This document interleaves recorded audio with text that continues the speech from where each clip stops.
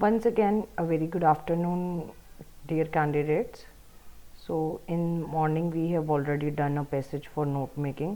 I believe आपने एक दो और पैसेज कहीं से भी नेट से आप उठा के नोट मेकिंग एक बार प्रैक्टिस ज़रूर करके देखें. And now we are going to start with the grammar portion, and that is a very important topic we are going to start. It's grammar topic. Reported speech. Reported speech का candidates आप ये मान के चलें कि 3 या 4 number का आपका रिपोर्टेड स्पीच आएगा.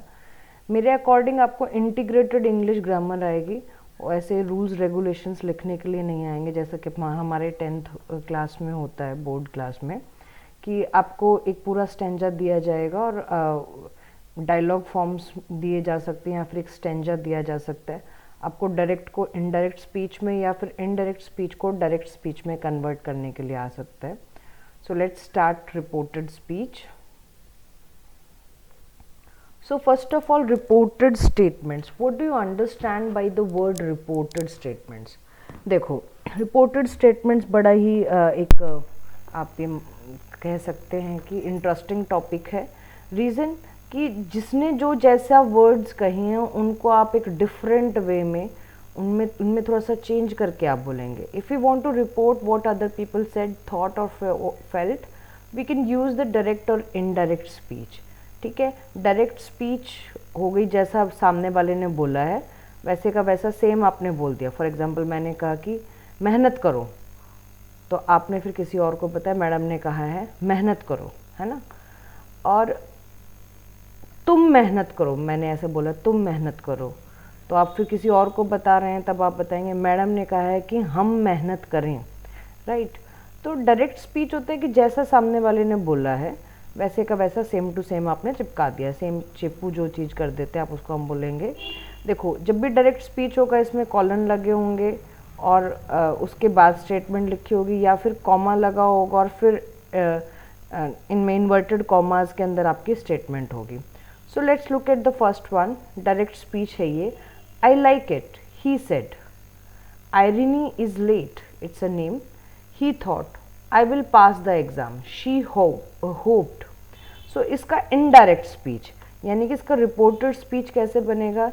He said he liked it. Right? He thought that Irene was late. अब जो third sentence है, she hoped I will pass the exam, इसका बन जाएगा she hoped she would pass the exam. अभी बहुत सारे कैंडिडेट्स के माइंड में ये होगा कि मैम दैट लगाना चाहिए या नहीं लगाना चाहिए. देखो, अभी जो भी ग्रामर पार्ट्स आ रहे हैं आप दैट लगाते हैं तो बहुत ही अच्छी बात है, और अगर आप नहीं भी लगाते, क्योंकि आप जब एक सेंटेंस बनाते हैं तो कई बार दैट हिडन भी रख सकते हैं, तो आप इस चीज़ के लिए इतना वरीसम ना हो.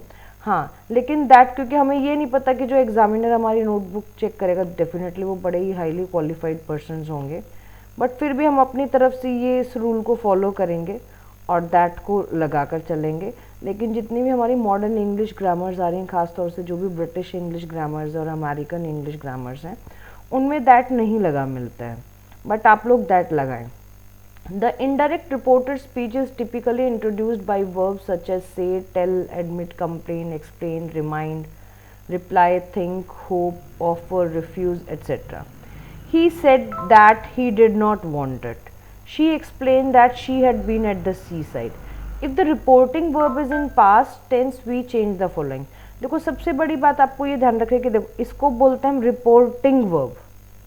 ओके, मैं आपको एक वर्ड फाइल से आपको एक्सप्लेन करके दिखाती हूँ.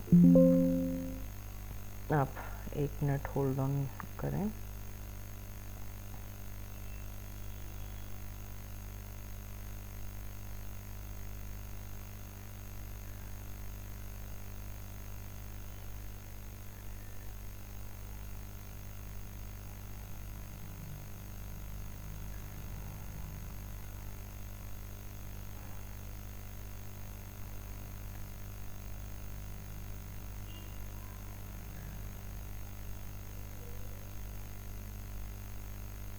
सॉरी, आपको को मैं समझाना ढंग से चाहती हूँ, इसलिए मैंने इसको आप लोगों को थोड़ा सा टाइम आपका वेस्ट हो जाए.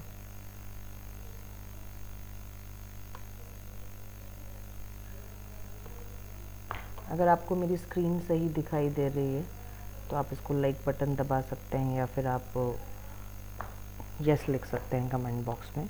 अब देखिए